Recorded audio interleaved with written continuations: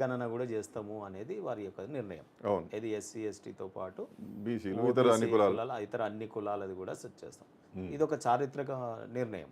ఖచ్చితంగా మీకు తెలియంది కాదు, 1931 తర్వాత there is no census for OBCs. OBCs is it right? Yeah correct. So నేనేమంటున్నా అంటే ఇంత పెద్ద నిర్ణయం తీసుకున్నప్పుడు మనం ఓబీసీలుగా ఓబీసీ సంఘాలు కానీ ఓబీసీ మేధావులు కానీ అవును. మనం ఈరోజు కొంత మేరకు పాజిటివ్గా మనము స్పందించి గవర్నమెంట్ని ఇంకా ఎంతూజియాజంతో ఈ లెక్కలు చేసే విధంగా మన యొక్క ప్రసంగాలు మన యొక్క యాక్టివిటీస్ తప్పనిసరి ఉండాలి. కొంత చేయాలి కదా. తప్పనిసరి సో ఉండాలి. దాని ఉద్దేశంతో మీకు అపారమైన అనుభవము, మీరు గతంలో మెంబరు, మళ్ళీ చైర్మన్గా, అండ్ నేను అనుకుంటా మన తెలంగాణ రీజన్ నుండి ఇంత సీనియర్ బీసీ కమిషన్ మెంబర్గా పనిచేసింది మీరే. అవును. Is it right? సో కొంత మళ్ళీ సబ్జెక్ట్ మీద మీరు నిష్ణాతులు, కొంత మేరకు ఛానల్స్లో కానీ ఆర్టికల్స్ రాయడంలో కానీ. అయితే నేను కూడా ఏమనుకున్నా అంటే ఒకసారి అన్న దగ్గర పోయి మాట్లాడదాం, అసలు ఇంత పెద్ద నిర్ణయం ఎట్లా అనిపిస్తుంది మీకు ఏంటి అని. అవునవును. అయితే ఇది చాలా గొప్ప విషయం. ఇది ఒక చారిత్రాత్మకమైన నిర్ణయం. ఇది సామాజిక న్యాయానికి ఒక పునాది లాంటిదని చెప్పి నేను చాలా స్పష్టంగా దీని మీద పత్రికా ప్రకటనలు ఇవ్వడము, అనేక మాధ్యమాల్లో, ప్రింట్ మీడియాలో, ఎలక్ట్రానిక్ మీడియాలో, ప్రింట్ మీడియాలో ఆర్టికల్స్ రాస్తున్నాం. రోజున ఆర్టికల్స్ వస్తూనే ఉన్నాయి. ఇవాళ మనం భారతీయ జనతా పార్టీ మతము ఇతరత్ర అంశాల మీద దృష్టి కేంద్రీకరించి, బీజేపీ అనగానే చాలా దూరం పోయేటటువంటి కొన్ని శక్తులు ఈ సమాజంలో ఉంటే నేను కాదని లేదు. ప్రజాస్వామ్యం ఎవరి స్వేచ్ఛ వారికి ఉన్నది. కానీ ఇది చిరకాల డిమాండ్.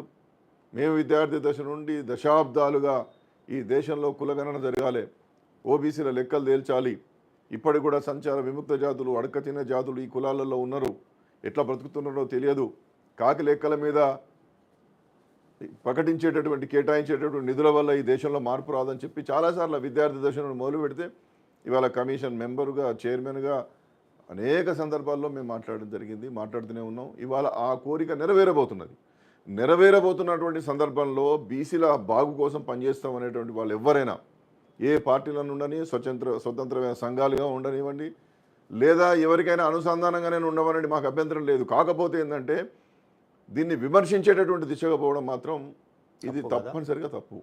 దీన్ని ఒప్పుకునే ప్రసక్తి లేదు. తప్పును తప్పనాలే. మనం జాతి కోసం పనిచేసేటటువంటి వాళ్ళము. ఇవాళ కులగణన చేయబోతున్నామని కేంద్రం ప్రకటించినప్పుడు నేను చెప్పాను, జనాభా గణన చట్టం 1948లో మీరు మార్పులు తీసుకురండి, సెక్షన్ 3లో సెక్షన్ 8లో మార్పులు తీసుకురండి. 1951 నుండి ఎవరైతే అర్హత కలిగి ఉన్నారో ఆ ఎస్సీ ఎస్టీలకు జనాభా గణనలో కులగణన చేస్తున్నారు. దాన్ని మనమందరం స్వాగతించినాం. రాజ్యాంగం అవకాశం ఇచ్చింది. దశాబ్దాలు శతాబ్దాలుగా జాతులు వెనుకబడ్డారు, వాళ్ళకు ఆ గొప్ప అవకాశం వచ్చింది. రిజర్వ్ కాన్స్టిట్యుయెన్సీస్ ఉన్నాయి, జనాభా ప్రకారం వాళ్ళకు రిజర్వేషన్లు అమలు అవుతున్నాయి. దాన్ని మనం స్వాగతిస్తున్నాం. కానీ 1931 తర్వాత ఫ్రీ ఇండియాలో ఇంతవరకు సెన్సస్ డిపార్ట్మెంట్ ద్వారా ఈ కేంద్ర ప్రభుత్వాలు ఏవి కూడా గణనకు ముందుకు రాలే కదా. మరి దాన్ని మనం స్వాగతించాలి కదా. మీ దృష్టికి తీసుకొస్తానా, మీరు ఇంతకుముందు మాట్లాడిన దాంట్లో ఒక తేడా ఏంటంటే, ఈరోజు భారతదేశంలో భారతీయ జనతా పార్టీ తీసుకునే నిర్ణయాలు అన్ని వర్గాలు ఇప్పుడు దూరం కాదు, దగ్గర అవుతా ఉన్నారు. ఇప్పుడు ఈ నిర్ణయం పట్ల ఓబీసీలు దగ్గర అవుతారు. అంతకుముందు తీసుకున్న ఎన్సీబీసీ కమిషను రాజ్యాంగ భద్రత కావచ్చు, లేకపోతే ప్రైమ్ మినిస్టర్ని హ్యాట్రిక్ టైమ్స్ ఓబీసీని బీజేపీ పార్టీ కాన్స్టిట్యూట్ చేసుకోవడం, తర్వాత 27 క్యాబినెట్ మినిస్టర్ చేసుకోవడం, ఇవన్నీ కూడా మనకు ఆమోదనీయమైన గొప్ప విషయం. రెండో విషయం ఏంటంటే, కాశ్మీర్లో ఉన్నటువంటి ప్రజలు కూడా ఈరోజు బీజేపీకి దూరం ఉన్నటువంటి సెక్షన్ ఇవాళ ఓపెన్గా మాకు మోడీ గారు ప్రధానమంత్రి గారు వచ్చిన తర్వాత కాశ్మీర్ డెవలప్మెంట్ స్టార్ట్ అయిందని, ఇవాళ చినాబ్ రైల్వే బ్రిడ్జ్ మీరు చూసారు కదా, అది చాలా హైయెస్ట్, ఈఫిల్ టవర్ కంటే పెద్దది. సో ఇటువంటి నిర్ణయాలు టూరిజం పెంచడం వల్ల అక్కడ ప్రజలు కూడా మనకు జరిగినటువంటి యుద్ధంలో కూడా సపోర్ట్ చేయడం జరిగింది. అంటే ఆల్ సెక్షన్స్ ఇప్పుడు బీజేపీకి దగ్గర అవుతున్నారు. సో రెండో విషయము నేను ఒకటే అన్న, ఈరోజు అంటే కొంతమంది కాంగ్రెస్ పార్టీ ఇవాళ 42% ఇస్తామని చెప్పి చేసినటువంటి కాంగ్రెస్ పార్టీ మొన్న ఇది గవర్నమెంట్, తెలంగాణ గవర్నమెంట్ చేసిన సర్వే గొప్పదా? ఇప్పుడు మనకు సెన్సస్ ద్వారా మనకు 1948 మీరు అన్న యాక్ట్ ప్రకారం సెన్సస్ చేస్తున్నటువంటి విషయం మనకు లీగల్ శాంక్టిటీ ఉంటుందా? రాజ్యాంగబద్ధమైంది, చట్టబద్ధమైంది సెన్సస్ ద్వారా చేయడం, సెన్సస్ యాక్ట్ ద్వారా చేయడం. గతంలో కూడా యూపీఏ 2 ప్రభుత్వం 2011లో సామాజిక ఆర్థిక కులగణన అని ఒకటి ఆరంభించింది. 4896 కోట్లు ఖర్చు పెట్టారు. అప్పుడు దాన్ని ఏ విధంగా చేశారు? ప్రజాధనమే. గ్రామీణాభివృద్ధి పట్టణాభివృద్ధి శాఖల ద్వారా చేశారు. మినిస్ట్రియల్ డిపార్ట్మెంట్స్ చేసేటటువంటి సర్వే అవుతుంది. ఏది మన సోషల్ వెల్ఫేర్ మినిస్టర్ కూడా కాదు, social justice and empowerment ministry చేసిన, రూరల్ డెవలప్మెంట్ చేసిన, అర్బన్ డెవలప్మెంట్ చేసిన, హోమ్ మినిస్ట్రీ చేసిన, ఎవరన్నా చేయనివ్వండి, మినిస్ట్రీస్ చేసేటటువంటివి సర్వేస్. అవును.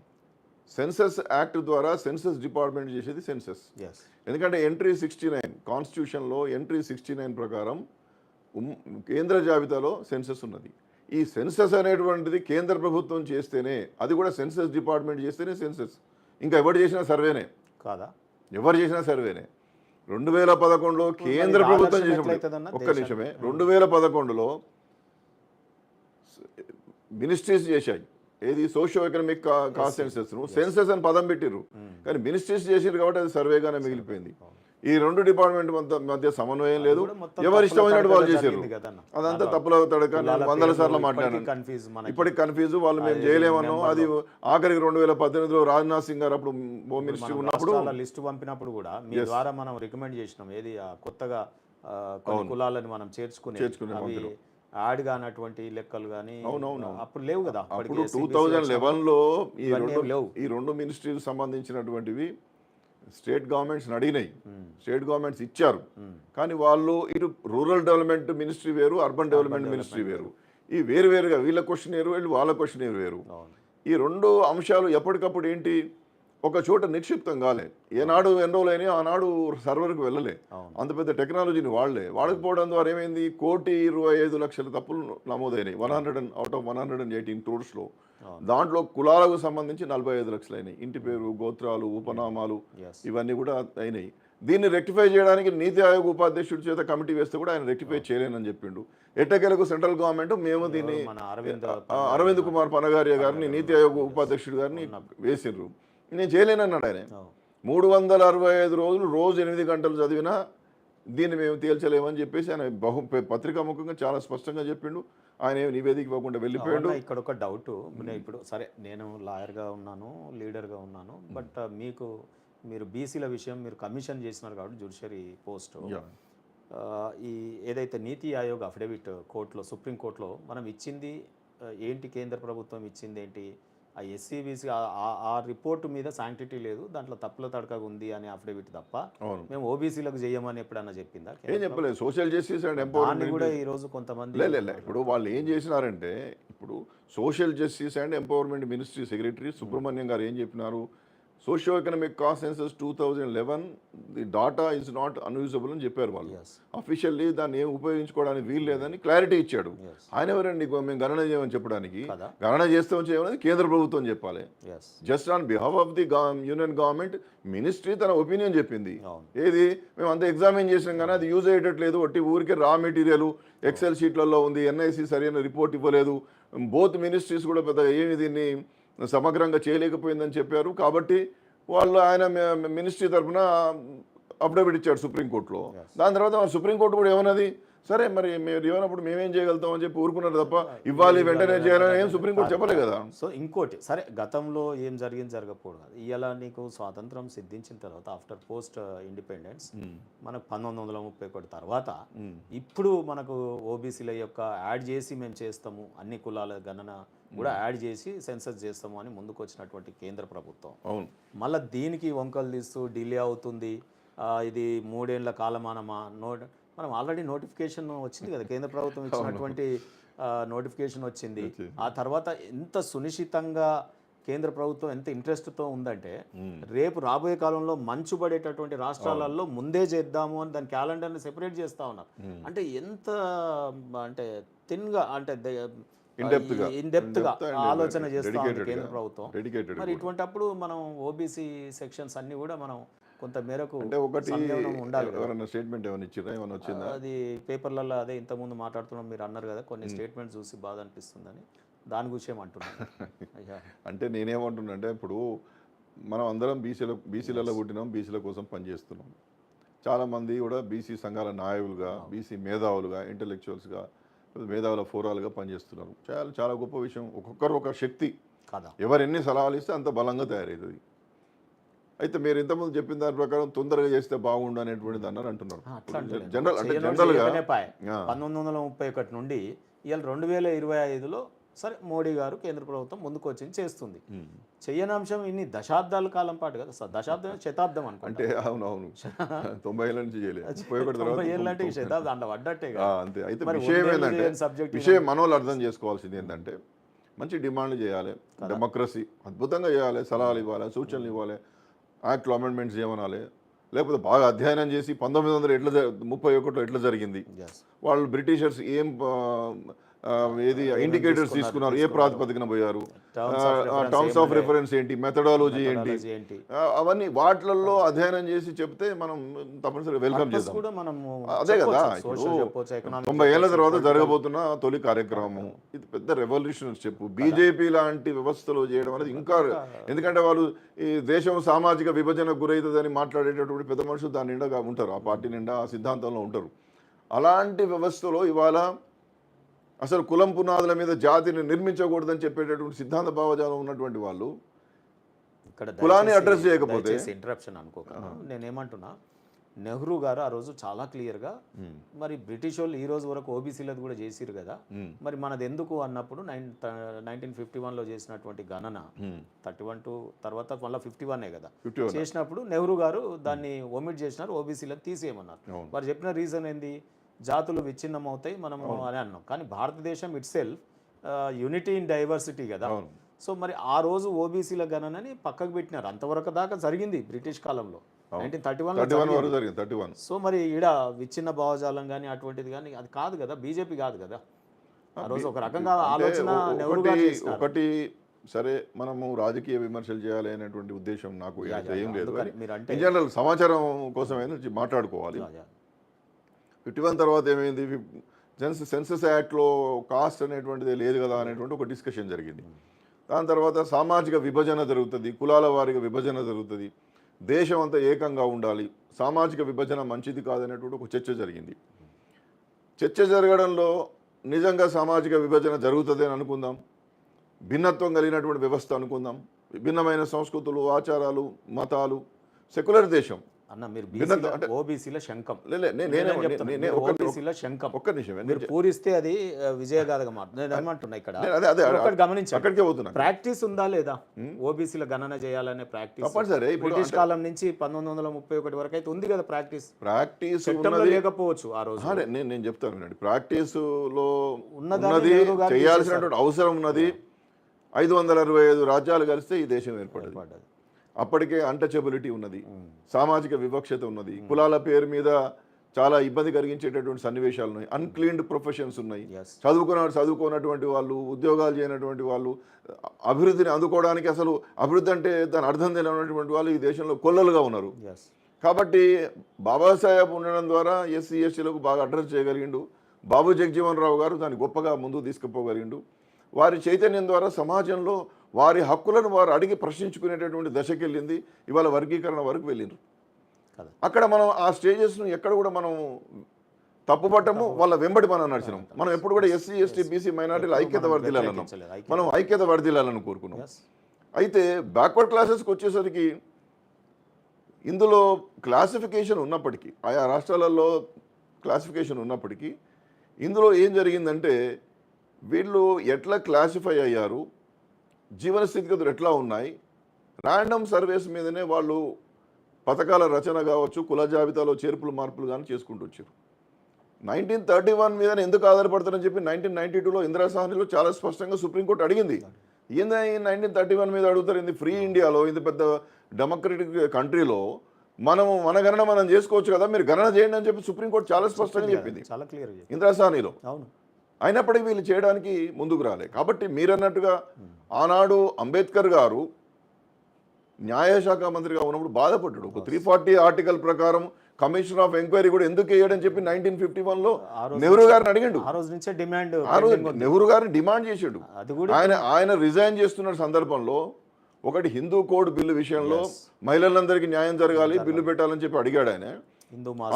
అందులో హిందూ కోడ్ బిల్లు ఇంకో పాయింట్గా 340 ఆర్టికల్ ప్రకారం కమిషన్ ఆఫ్ ఎంక్వైరీ వేయలేదన్నాడు ఆయన. బ్యాక్వర్డ్ క్లాసెస్కు ఒక కమిషన్ ఆఫ్ ఎంక్వైరీ వేసి వాళ్ళ జీవన స్థితిగతులను ఎందుకు అడ్రస్ చేయకూడదు అని చెప్పి గట్టిగా అడిగాడు. గుర్తుండే ఉంటుంది, శ్యామ్ ప్రసాద్ ముఖర్జీ గారు కూడా అదే డిమాండ్. ఆ రోజు ఆయన కూడా కేంద్రంలో మంత్రి, వీళ్ళందరూ మంత్రులు ఉన్నారు. నెహ్రూ గారు వీళ్ళందరినీ మంత్రులుగా తీసుకోవడం, ఎవరు ఎక్స్పర్ట్ అయితే వాళ్ళకి అవకాశాలు ఇవ్వడం, రాజీనామాలు ఆగమేఘాల మీద ఇవన్నీ జరిగినాయి.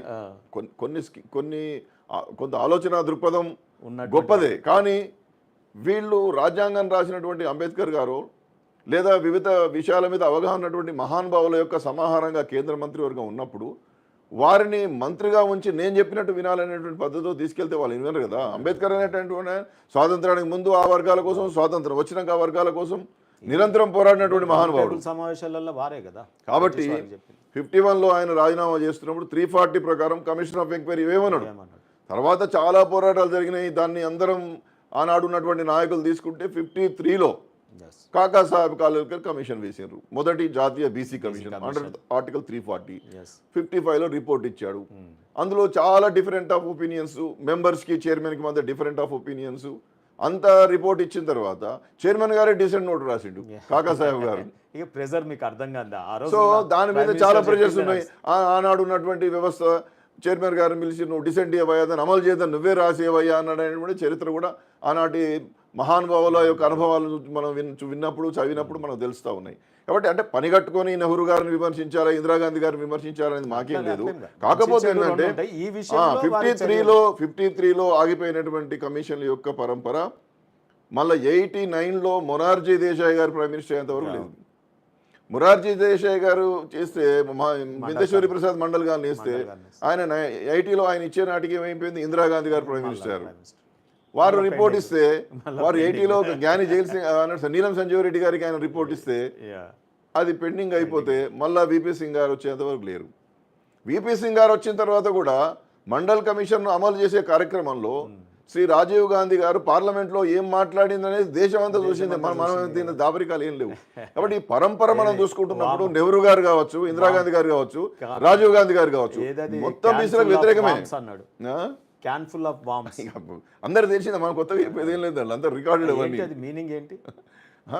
డబ్బలో ఇంకా సరే, దాని జోలికి పెద్దగా మనం డీటెయిల్గా పోకుండా నేను ఏమంటున్నానంటే, సమాజాన్ని విచ్ఛిన్నం చేయడానికి ఇది పనికొస్తుంది అనేటువంటి దిశగా వారు మాట్లాడినారు రాజీవ్ గాంధీ గారు. దాని తర్వాత సరే సోనియా గాంధీ గారు వారి నాయకత్వంలో యూపీఏ, మన్మోహన్ సింగ్ గారు వచ్చారు. అంతకుముందు వాళ్ళు హామీ ఇచ్చారు కులగణన చేస్తామని చెప్పి.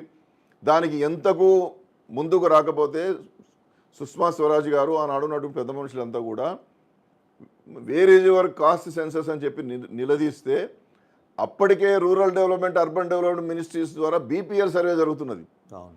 ఆ బీపీఎల్ సర్వే పేరు మార్చి సోషియో ఎకనామిక్ కాస్ట్ సెన్సస్ అని పెట్టి 2011 అని పెట్టి దాన్ని అడ్డగోలుగా తయారు చేసుకుంటూ వచ్చారు.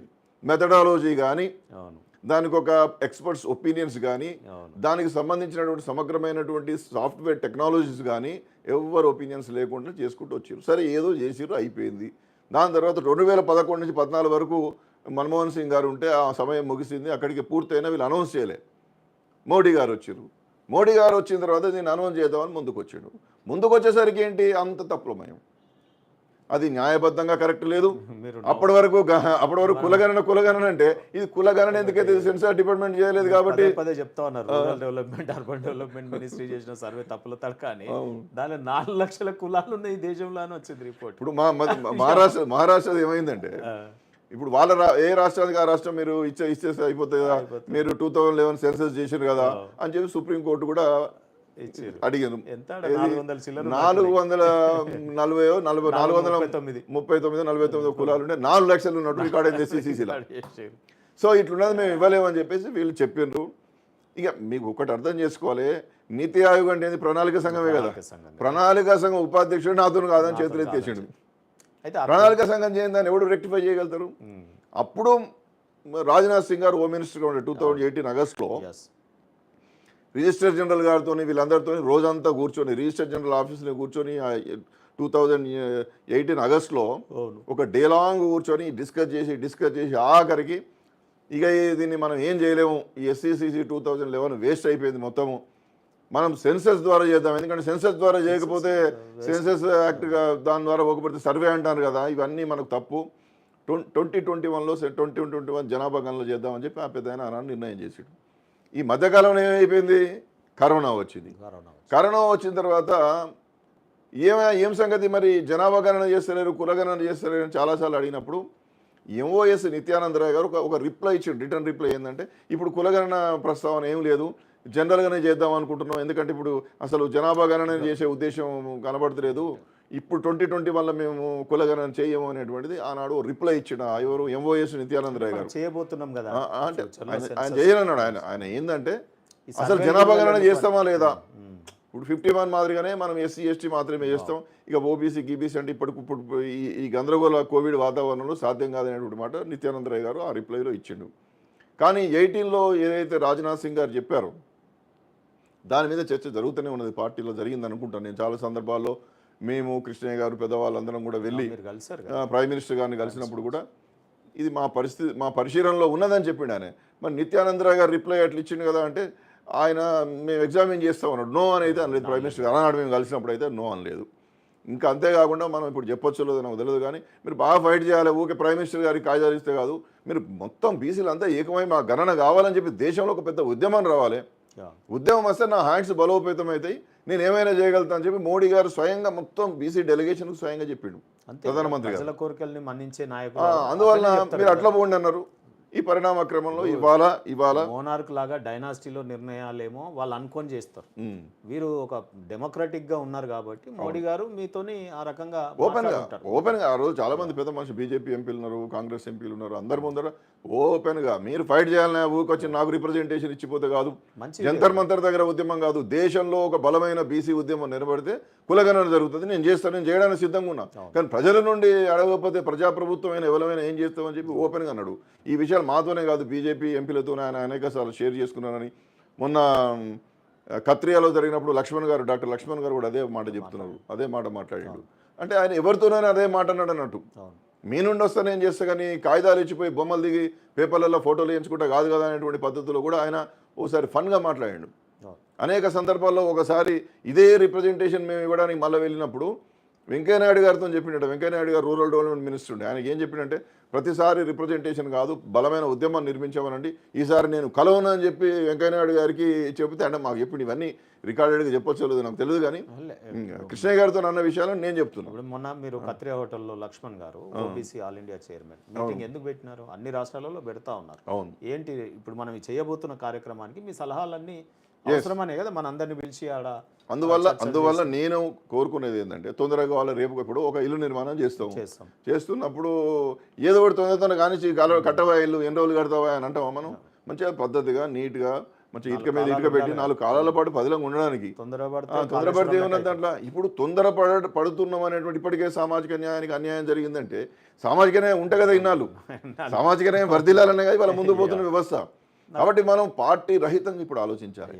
నేనేమంటున్నా, విఘ్నులు చదువుకున్న వాళ్ళు గొప్ప వాళ్ళుగా దాని మీద పట్టున్నటువంటి వాళ్ళు ఒక సమయోచితమైనటువంటి సలహాలు సూచనలు సాధికారికంగా ఇవ్వాలి. నేను ఓపెన్గా ఆర్టికల్స్ రాస్తున్నా, సెక్షన్ 3లో మార్చండి, కాస్ట్ అనే పదం పెట్టండి, కాస్ట్ సబ్ కాస్ట్ క్లాన్ ఇవన్నీ పెట్టండి అని చెబుతున్నా. సెక్షన్ 8లో సెన్సస్ యాక్ట్ 1948లో సెక్షన్ 8లో ప్రశ్నలు అడగా ఉన్నది, కానీ ఏ ప్రశ్నలైనా అడగడానికి మీరు సెక్షన్ 8లో కులాల ప్రశ్నలు కూడా అడగడానికి వీలుండాలి. దానికి మీరు ఏది పుట్టస్వామి గారి జడ్జిమెంట్ ఎక్కడ కూడా ఇబ్బంది కాకుండా ఉండాలి, రైట్ టు ప్రైవసీకి భంగం కలగకుండా ఉండాలి. కాబట్టి మీరు సెక్షన్ 3 సెక్షన్ 8లో మీరు ఈ కాస్ట్ అనేటువంటి దానికోసం మార్పులు చేయాలి. సెక్షన్ 16లో 18లో కూడా రూల్స్ను దీనికి అనుగుణంగా, ఎందుకంటే చట్టంలో ఉన్నటువంటి సెక్షన్లకు అనుగుణంగా రూల్స్ గవర్నమెంట్స్ చేసుకునేటటువంటి ఒక బలమైనటువంటి ఆధారం కూడా ఈ చట్టంలో ఇవ్వాలనేటువంటిది నేను చెప్తున్నా. నేను ఒకటైతే నమ్ముతున్నాను, ఏంటి ఆర్టికల్ 370 లీగల్ సంబంధించినటువంటిది, త్రిబుల్ తలాక్, సిఏఏ, వన్ నేషన్, ఇవన్నీ కూడా కాన్స్టిట్యూషన్ సంబంధించిన లీగల్ చట్టం పరిధిలో ఉంది. ఇప్పుడు ఓబీసీది కూడా అంతే కదా. సో ఇవన్నీ కేంద్ర ప్రభుత్వం అక్కడ సక్సెస్ అయినప్పుడు ఇప్పుడు ఓబీసీ కూడా మొదలు పెట్టినప్పుడు సక్సెస్ కావాలని ఇవన్నీ జాగ్రత్తలు తప్పనిసరి. ఇప్పుడు ఒకటి ఆలోచించాల్సింది ఏంటంటే ఇవాళ నియోజకవర్గాల పునర్విభజన, మళ్ళీ మహిళా బిల్లు, తర్వాత మహిళా బిల్లు ఒకటి, తర్వాత స్థానిక సంస్థల్లో కంటెంపరానియస్ రిగరస్ ఎంపరికల్ ఎంక్వైరీ అంటే ఏంది, డేటా బేస్డ్గానే లోకల్ బాడీస్లో రిజర్వేషన్లు ఇవ్వని సుప్రీంకోర్టు చెప్పింది. తర్వాత ఈ యొక్క సమాచారం ఆధారంగా జీవన ప్రమాణాల మెరుగుదలకు ఉపయోగించుకునే విధంగా చట్టాన్ని కూడా బలోపేతం చేయాల్సి వస్తుంది. కాబట్టి కేంద్రంలో ఉన్నటువంటి రాజ్యాంగ నిపుణులు న్యాయ నిపుణులతో చర్చలు జరిపిన దరిమిలా ఇవన్నీ జరుగుతాయి. ఇవన్నీ నేను ఎప్పటికప్పుడు రాసిన గౌరవ ప్రధానమంత్రి గారికి పంపించిన కత్రి హోటల్లో కూడా నేను నా డాక్యుమెంట్స్ అందరికీ ఇవ్వడం జరిగింది. ఈ రోజు కూడా తెలంగాణ టుడేలో వచ్చింది, మొన్న కూడా మన మెట్రో పేపర్లో వచ్చింది. రోజు అనేకమైన దినపత్రికలు రాస్తూనే ఉన్నాం మనం. టైమ్స్ ఆఫ్ ఇండియాలో చేస్తున్నారు, హిందూలో కూడా ఈ మధ్యకాలంలో వచ్చింది. కాబట్టి నేనేమన్నది ఏంటంటే మనము జాతి కోసం కట్టుబడి ఉన్నాం కాబట్టి ఏ విధంగా పటిష్టంగా దీన్ని చేసుకోవాలనేటువంటి దాని మీదనే మనకు దృష్టి తప్ప మిగతా దాని మీద దృష్టి పెట్టి విమర్శల జోలికి పోతే అందరి ముందు అబాస్ ఫాల్ అవుతాం కదా. ఇప్పుడు ఇది అయితే ఇంత పెద్ద నిర్ణయం అప్పుడు మనం కూడా కొంత జాగ్రత్తగా సంయమనంతో మనం సూచనలు ఇచ్చేటట్టుగా ఉండాలి తప్ప ఇప్పుడు రాహుల్ గాంధీ గారు స్టేట్మెంట్ అంటారు ఇది నా వల్లనే జరిగింది. ఇప్పుడు నా వల్ల నీ వల్ల కాదు, కేంద్ర ప్రభుత్వం చేస్తుంది. ఎప్పుడు చేస్తుంది? 100 ఏళ్ల తర్వాత చేస్తుంది. నేను ఏమంటున్నాను, రాహుల్ గాంధీ గారి ద్వారా జరిగింది. ఇప్పుడు రాహుల్ గాంధీ గారు ఏమనాలంటే బీహార్ ఎన్నికలను పెట్టుకొని ఇంకో ఎన్నికల కోసం చేసిందని చెప్పి రాజకీయ కోణంలో మాట్లాడరాదు. నువ్వు చేయబట్టి అయింది కాబట్టి సెన్సస్ యాక్ట్లో మార్పులు తీసుకురండి, ఇంత పకడ్బందీగా చేయండి, సోషియో ఎకనామిక్ కాస్ట్ సెన్సెస్లో జరిగినటువంటి పొరపాట్లు జరగకుండా చూడండి అని చెప్పి ఒక డెలిగేషన్ తీసుకొని ఒక రిప్రజెంటేషన్ మొత్తం మీ ఎంపీలంతా పోయి ప్రైమ్ మినిస్టర్ గారు కలవండి, రిప్రజెంటేషన్స్ ఇవ్వండి, చాంపియనింగ్ ద కాజ్ గా ఉండండి. ఏమంటానంటే డెమోక్రసీలో ఇండియాలో వాటిని ఒక పార్టీగా చూస్తాం, ఇండియన్ నేషనల్ కాంగ్రెస్. వ్యక్తిగా చూడం కదా, రాహుల్ గాంధీ గారిని చూడం కదా. ప్రతిపక్ష నాయకుడు, కేంద్ర ప్రభుత్వం నిర్ణయం తీసుకుంది, ప్రతిపక్ష నాయకుడు. మీరు చేయలేని పనే కదా ఇది. ఇన్నేళ్ళు చేసుంటే ఇప్పుడు ఇవాళ ఈ రోజు ఇంత ఇది ఉండేది కాదు. కానీ ఇంకొక ముచ్చటి ఏంటంటే రాష్ట్రం విషయంలో కూడా కొంతమంది పని కట్టుకొని ప్రభుత్వాన్ని మెచ్చుకోవడమే పనిగా పెట్టుకున్నారు. ప్రభుత్వాన్ని మెచ్చుకోవడమే పనిగా పెట్టుకున్నారు. అది మంచిది కాదు. చేస్తామని వచ్చినటువంటి కేంద్ర ప్రభుత్వం అనేమో ఇంకెప్పుడు చేస్తామని వట్టిగానే అడుగుతాను కదా. తప్పులు చేసినటువంటి వాళ్ళకేమో నువ్వు తప్పు చేసినావని చెప్తలేరు. చెప్పాలని నేను అంటున్నా. నువ్వు నిజాయితీ నిబద్ధత ధర్మం మీ దగ్గర ఉండి చెప్పాలి. జాతి కోసం అంకితం అయితే మీరు చెప్పాలి. నేను ఇవాళ ప్రశ్నిస్తున్నా, 100 సార్లు ప్రశ్నించిన, మళ్ళా మీ టీఎస్ న్యూస్ రూమ్ ద్వారా కూడా ప్రజావళికి మళ్ళీ తెలియజేసుకున్నా, విఘ్నులైనటువంటి పెద్దలకు తెలియజేసుకున్నా. ఇవాళ రాష్ట్రంలో జరిగినటువంటి సామాజిక ఈ కుల సర్వే ఏదైతే ఉందో స్వతంత్ర కమిషన్ ద్వారా జరిగిందా? ప్లానింగ్ డిపార్ట్మెంట్ ద్వారా చేసుకుంటే నువ్వు చేసుకున్నట్టు, నీ ఇష్టం వచ్చినట్టు చేసుకున్నట్టు. నువ్వు ప్రశ్నావళి మీద ముఖ్యమంత్రి గారు ఉప ముఖ్యమంత్రి బొమ్మలు వేసుకున్నావు. ఇది వెల్ఫేర్ స్కీమ్ కాదు. నువ్వు ముఖ్యమంత్రి ఉప ముఖ్యమంత్రి బొమ్మలు అంటే నువ్వు నింపావు, నేను నింపా.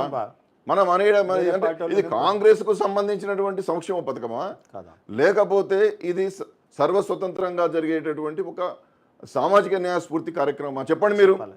ప్రశ్నావళి మీద ముఖ్యమంత్రి ఉప ముఖ్యమంత్రి బొమ్మలు వేసుకున్నటువంటి రాష్ట్రం దేశంలో ఎక్కడ ఉన్నదా? ఒక్క మీరే కదా. దాంట్లో మీరు రోల్ మోడల్.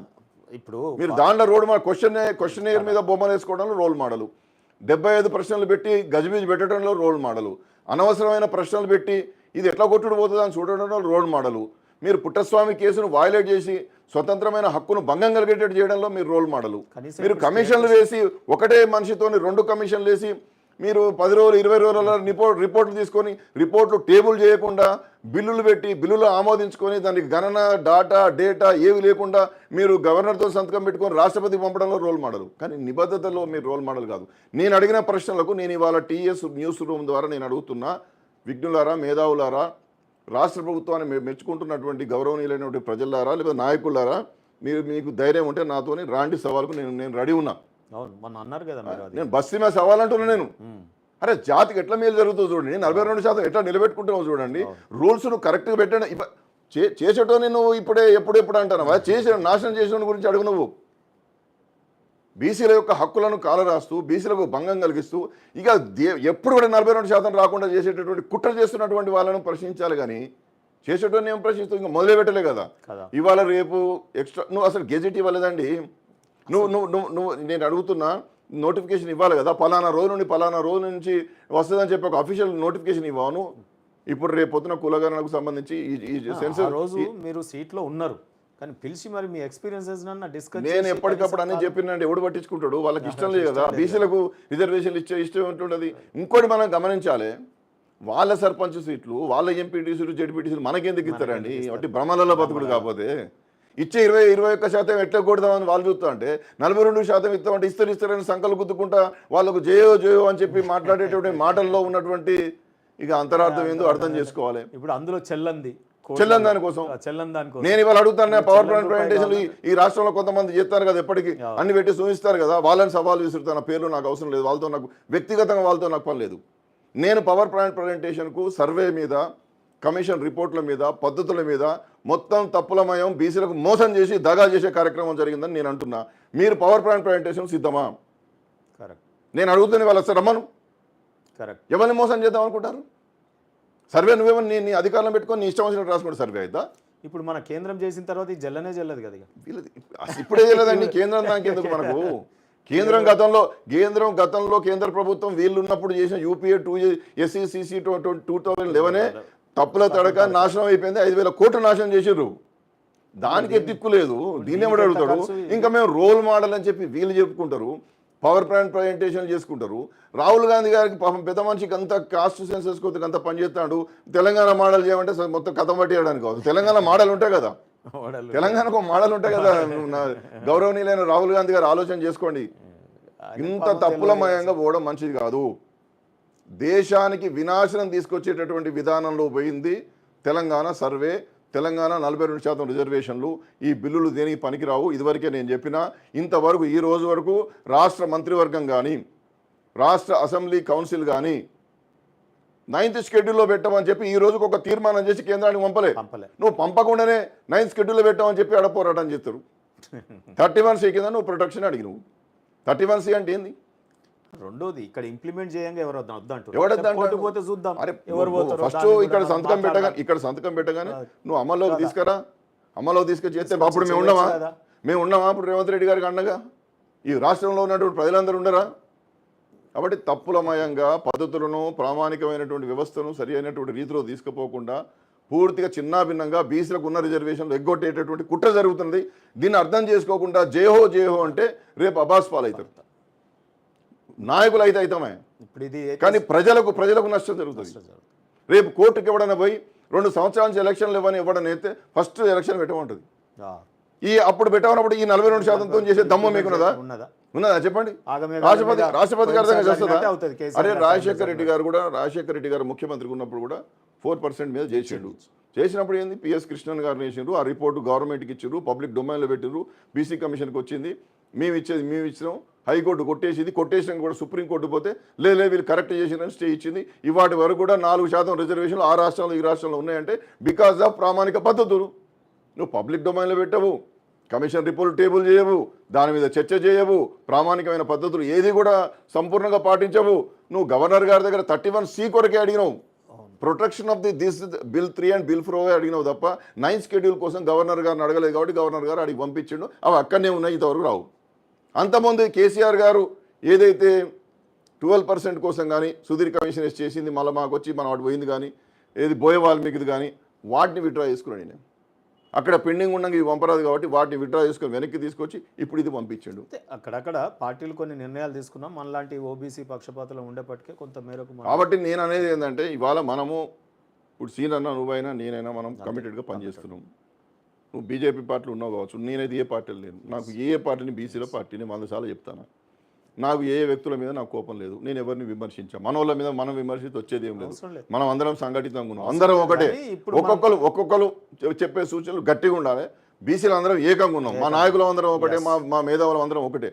కాకపోతే నేను ఏమంటున్నానంటే తప్పుడు సలహాలు సూచనలు ఇచ్చి ఏదో వ్యాఖ్యానాలు చేయడం ద్వారా పత్రికల్లో పడతాయి అనుకుంటే అబాస్ పాలవుతాము. బీసీలు యూనిటీగా ఉన్నామని నేను, ఎందుకంటే పలానా వ్యక్తికి ఇట్లా మాట్లాడి చాలా ఛానల్ అడుగుతారు. నేను మాట్లాడా, వాడు మనోడే కదా, వాళ్ళ మనోళ్ళ మీద మనం ఎందుకు విమర్శిస్తాం? కాకపోతే ఏంటంటే ఇవాళ నేను అనేది, మీరు ఇంతకుముందే ఇంట్రో చెప్పినట్టుగా మంచు పడేటటువంటి ప్రాంతాలలో ఇప్పుడు జమ్మూ కాశ్మీరు, లడఖ్, హిమాచల్ ప్రదేశ్, ఉత్తరాఖండ్లో వెంటనే చేస్తున్నారు. అసలు సెన్సస్ ఎప్పటి నుంచి చేస్తారు? మార్చి 2027. ఈ లోపు చాలా పని ఉంటుందండి. ప్రశ్నావళి తయారు కావాలి, మెథడాలజీ తయారు కావాలి, ఎక్స్పర్ట్స్ కమిటీస్ వేసుకోవాలి, ఎన్సీబీసీని ఇన్వాల్వ్ చేయాలి, కులాల లిస్టు తీసుకోవాలి, మ్యాపింగ్ చేయాలి. ఇవాళ మీరు రోజు 10 గంటలు పనిచేయాల్సినటువంటి వాతావరణం ఉంటుంది. 100 మంది అధికారులు, 100 మంది డిపార్ట్మెంట్లు పనిచేయాలి. అట్లా తొందరపడితే తప్పుల తడక 100% గతంలో చేసిన అదే కనబడుతుంది కదా. కాబట్టి తొందరగా చేద్దని మనకు ఉంటుందా? చేసేదో 10 కాల పాటు నిలబడాలి. దీన్ని ప్రొజెక్షన్ చేసుకోవచ్చు. 31 ఇవాళ దాకా ప్రొజెక్షన్ చేసుకుంటాము. ఇంకెన్నిసార్లు ప్రొజెక్షన్ చేసుకోవచ్చు. పరిస్థితులు ఉంటాయి. ఏది రేపు కంటిన్యూ అవుతుంది. ఏ ప్రభుత్వాలు వచ్చినా అంతే కదండి, కంటిన్యూ అవుతుంది. మాలాంటి వాళ్ళు అందరం కోరుకునేది ఏంటంటే ఆ చేసేది యాక్ట్ అమెండ్ చేస్తే ప్రతి 10 సంవత్సరాల కోసం అవుతుంది మనం అంటున్నాం. అర్థమైంది కదండి. యాక్ట్ అమెండ్మెంట్ విషయంలో డిఫరెంట్. ఆ కోరిక మనం ఆ పక్షాలలో పుట్టిన కాబట్టి ఇక జనాభా గణన కులగణన కూడా అవుతుంది. సలహాలు తప్పులేదు తప్పనిసరి. ఇప్పుడు నేను ఆనాడు కత్రియాలో మాట్లాడినా, బీజేపీ ఆ మినిస్టర్ గారు తర్వాత ఎవరు అన్నారు, మనల్ని అప్రిషియేట్ చేసారు కదా ఖచ్చితంగా. నారాయణ గారు ఐఏఎస్ వచ్చారు ఆ రోజు, వారు కూడా నేను తప్పనిసరిగా నా సోర్సెస్ చెప్తాను. ఇప్పుడు మన ఇద్దరం కలిసి ఇదే విషయం, కేంద్రం ఇంత సువర్ణాధ్యాయమే కదా. అవును, ఇంత పెద్ద గొప్ప నిర్ణయం. అవును, సరే ఒకసారి మనం మాట్లాడదామండి. సరే, నేను మనం గవర్నమెంట్లో పనిచేసినాం, మీరు పనిచేసారు కాబట్టి కొంతమేరకు మనం ప్రజలలోకి ఇంకోటి మనం ఇప్పుడు ఈ సెన్సెస్ ని కూడా సెన్సిటైజ్ చేయాలి. ఎందుకంటే ఇంకోటి వచ్చి రాసేటప్పుడు నువ్వు నేను బీఆర్ఎస్ గవర్నమెంట్ ఉన్నాం కానీ ఎస్కేఎస్ కూడా తప్పని మనం అన్నాం మనం. ఎందుకంటే ఒక రోల్ చేసేది ఏందా, కాకపోతే ఆ ఒక్క రోల్ చేసింది ఈ 50 రోజులు చేసిన దానికన్నా ప్రమాణంగా ఉన్నది. ఇక్కడ అది ప్రాబ్లం. అది బయటకి కంపారిజన్ చేసినప్పుడు ఏమైందంటే బయట పెట్టలేదని ఆవేదన. అయితే ఆయన కూడా ఏమంటారు, ఆనాటి గవర్నమెంట్ లో కూడా 42% రిజర్వేషన్ ఇస్తామని ఆయన చెప్పలే. ఆయన రిజర్వేషన్ పెంచుతానని ఆయన చెప్పలే. తలుసుకుంటే ఇయ్యగలుగుతాడు. నేను ఆనాడు ఆయన చెప్పలేదు, నువ్వు నువ్వు హామీ ఇచ్చినావు. అంటే నేను అనేది రాజ్యాంగబద్ధమైనటువంటి నిర్ణయాలు తీసుకోవడానికి ఆయనకు అవకాశం లేదు, ఆ హామీ ఇవ్వలేదు. నువ్వు హామీ ఇచ్చినావు, నువ్వు ఇచ్చినావు. ఈయన ఇచ్చిండు. ఇక్కడ రేవంత్ రెడ్డి గారి ప్రభుత్వం 42% మేము స్థానిక సంస్థలు ఇస్తా ఉన్నాం. అది నీ కమిట్మెంట్. క్వశ్చన్ ఎందుకు వస్తుందంటే టీడీపీలో ఓబీసీలకు జరిగింది కదా 30, ఇప్పుడు ఆ రోజు 35% మనకు వచ్చింది కదా. సడన్ గా ఇది చట్ట ప్రకారం లేదని ఈయన తీసేసేసరికి కేసీఆర్ గారి మీద కొంతమేరకు ఓబీసీల అసహనం వచ్చింది. కానీ ఆయన తొందరపడాల్సి లేకుండా 2-3 నెలలు దీన్ని వేరే చట్ట ప్రకారమా లేకపోతే ఆయన ఇక్కడ చట్టం చేసి ఇట్లనే ఇప్పుడు 42% అయితే ఒకటి మనము ఒప్పుకోవాల్సింది, యాజ్ ఏ బీసీ లీడర్గా మనం అందరం బీఆర్ఎస్ గవర్నమెంట్ లో జరిగింది కూడా తప్పే. ఆయన ఆగితే ఆయన సమగ్రంగా కమిషన్ ద్వారా చేయించి ఉంటే వాళ్ళు ఆయనకే గొప్ప పేరు ఉండేది. అవకాశం కోల్పోయాడు. అట్లా ఉంది. ఒకరోజు అవసరం లేకుండే దాన్ని సమగ్రంగా ఆయన కూడా డిపార్ట్మెంట్స్ ద్వారానే చేసిండు. ప్లానింగ్ డిపార్ట్మెంట్, సెర్ఫ్ వీళ్ళందరూ ఉపయోగించి చేసిండు. ఆయనేమి స్వతంత్ర కమిషన్ ద్వారా చేయలేదు. కాబట్టి అతను నీకు మార్గదర్శకం కాదు కదా. నువ్వు ఆనాడు ఇష్టం వచ్చినట్టు మాట్లాడినావు కదా, ఆయన ఏది బయట పెట్టలే అని చెప్పినావు, నువ్వేం బయట పెట్టినావు. మొత్తం మీద ఈ రోజు అయితే మనకు సంతోషం ఏంటంటే కేంద్రం ఒక నిర్ణయం తీసుకొని సెన్సస్ ద్వారా మనం యాడ్ అయినాం. సరే, ఇట్లా యాడ్ అయినాక ఏమవుతుంది, రేపు బలీయమైన డిమాండ్లు వెళ్తాయి. అవును, ఒకసారి మనిషికి ఒకటి జరిగితే, ఇప్పుడు ఎస్సీ ఎస్టీకి మనం రిజర్వేషన్స్ ఉన్నాయి, ఇప్పుడు కాలమానం ఉంది, ఆటోమేటిక్గా ఇప్పుడు పెరగట్లే. సీనన్ ఒకటి చెప్తానా, ఇప్పుడు కేంద్ర ప్రభుత్వానికి ఇష్టం ఉన్నదా, ఇది ఎన్నికల కోసం చేస్తుందా, ఇట్లాంటి అనేకమైన విమర్శలు రాహుల్ గాంధీ గారు చేస్తున్నారు. దానికి అనుగుణంగా కొంత ప్రచారాలు జరుగుతున్నాయి. ఏం ప్రచారం అయినా జరగని, సుప్రీంకోర్టు జడ్జిమెంట్లు ఉన్నాయి. నువ్వు ఎందుకోసం కులగణన చేస్తావయ్యా? చేసే కులగణన న్యాయబద్ధంగా రాజ్యాంగబద్ధంగా ఉండాలి కదా.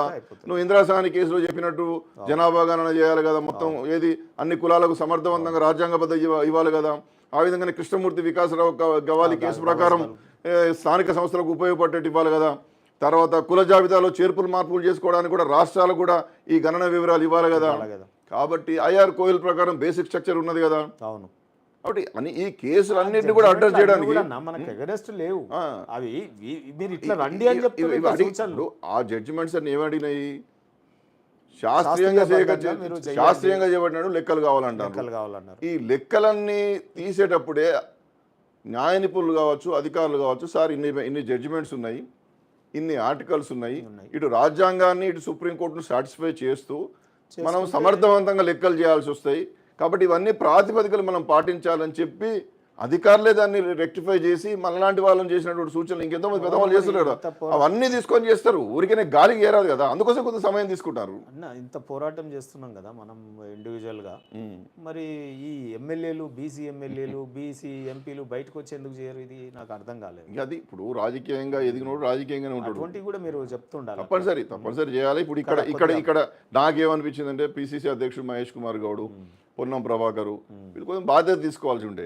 రాహుల్ గాంధీ గారికి పోయి ఢిల్లీలో పోయి పవర్ ప్లాంట్ ప్రజెంటేషన్ చేసి మేము ఆహో చింపినామని చెప్తాను. బీసీల బతుకులు చిత్రం చేస్తున్నామని చెప్పుకోవాలి వీళ్ళు. వీళ్ళు చిన్న కింది స్థాయి నుండి బీసీల హక్కుల కోసం పోరాటం చేసి మనతో పాటు విద్యార్థి నాయకులుగా మనందరితో పాటు పనిచేస్తున్నాడు కదా. నీకు ఇవాళ అవకాశం ఉన్నదా? నీ ముఖ్యమంత్రి గారిని ఒప్పించి మెప్పించి ఇవి అన్ని తప్పులు జరిగినాయి, ఈ రెక్టిఫై చేసుకుందాం, మనం చరిత్రలో నిలబెట్టేట్టు చేద్దామని చెప్పి దాన్ని రెక్టిఫై చేయాల్సినటువంటి ఆ బాధ్యతను విస్మరించి దీన్నే రోల్ మోడల్ అని చెప్పే ప్రయత్నం పవర్ పాయింట్ ప్రజెంటేషన్ ద్వారా చేస్తున్నారు. పవర్ పాయింట్ ప్రజెంటేషన్ అసెంబ్లీలో చేయండి, రేపు చేయాలి, లేకపోతే ఎక్కడైనా పెట్టండి, నేను కూడా వస్తా. మహేష్ కుమార్ గౌడ్ గారు, పొన్నం ప్రభాకర్ గారు గౌరవనీయులు పెద్దలిద్దరు ఏడికన్నా వస్తే రమ్మనండి, నేను పవర్ పాయింట్ ప్రజెంటేషన్ చేస్తే ఎక్కడ పెడతారు పెట్టమనండి. నేను ఇంకొకటి కూడా సూచన చేసిన, మినిస్టర్ గారికి చెప్పిన, అనేక మందికి చెప్పిన, ఎమ్మెల్యేలకు చెప్పిన, ఈ పార్లమెంట్లో బీసీ లెజిస్లేటర్స్ ఎట్లయితే పార్లమెంటేరియన్స్ కమిటీ ఉంటుందో అట్లా ఇక్కడ అసెంబ్లీలో కూడా బీసీ లెజిస్లేటర్స్ కమిటీ ఒకటి వేసుకుంటారు.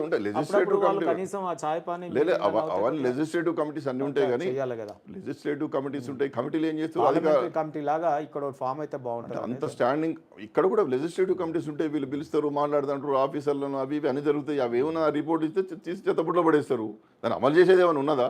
ఎనీవే అన్న, మనము ఇప్పుడు ఈ సెన్సస్ బాగా జరిగేటట్టు ప్రజల్ని తప్పనిసరిగా మనం ఇన్వాల్వ్మెంట్ చేసే విధంగా మనం ముందు తప్పనిసరి సీనన్న టీఎస్ న్యూస్ ద్వారా మీ ప్రేక్షకులకు కానీ మన బీసీ బాంధవులకు కానీ నేను కోరేది ఏంటంటే, సీనన్న కానీ నేను కానీ మాట్లాడిన మాటలలో మాకు వ్యక్తుల పేర్లు కొన్ని తీసినా ఎవరి మీద వ్యతిరేకత లేదు. మేము అందరికీ సమానమైన మనుషులము, మా మిత్రులు, మా సోదరులు, మాకన్నా ఎక్కువ తెలియకల వాళ్ళు, లేకపోతే వాళ్ళ మార్గదర్శకంలో మేము అందరం ఎదిగిన వాళ్ళం. నేను ఓబీసీ కాన్సెప్ట్, బీసీ కాన్సెప్ట్ ప్రకారం రాష్ట్రంలో జరిగినటువంటి పొరపాట్లను చెప్పినాం, రెక్టిఫై చేయమని కోరినాం. పట్టించుకోకపోవడం ద్వారా మేము మాట్లాడుతుంటే విమర్శ అనిపిస్తున్నది. మేము విమర్శలు చేయడానికి మేము రాజకీయ ఎజెండాలతో లేము కదా. అట్లే కేంద్రం ముందుకొచ్చి కులగణన చేస్తున్నది, దాన్ని ఎట్లా మనం బాగా చేసుకోవాలి, ఏం అడగాలని చెప్పి శోధన చేసి అధ్యయనం చేసి విజ్ఞులంతా కూడా సూచనలు చేస్తే పకడ్బందీగా జరుగుతుంది. అది వాళ్ళ మేము కోరుతున్నాం. అంతేగాని వ్యక్తుల మీద విమర్శ చేసేది లేదు, మన నాయకుల మీద విమర్శ చేసేది లేదు. తప్పుదో పట్టిస్తుంటే మాత్రం తప్పులను సరిదిద్దడానికి మాత్రం తప్పనిసరిగా టీఎస్ న్యూస్ రూమ్ లాంటి ఒక బలవర్ధకమైనటువంటి కమిటెడ్ సీనన్న లాంటి నాయకత్వంలో జరిగేటటువంటి ఛానళ్ళల్లో నిరంతరం మాట్లాడతాం. చైతన్యం చేయడమే మా పనిగా జీవిస్తున్నాం కాబట్టి ఇది అర్థం చేసుకోవాలి, యువకులు ముందుకు రావాలి, ఇలాంటి ఛానల్స్ను ఆదరించాలి, సబ్స్క్రైబ్ చేయాలి.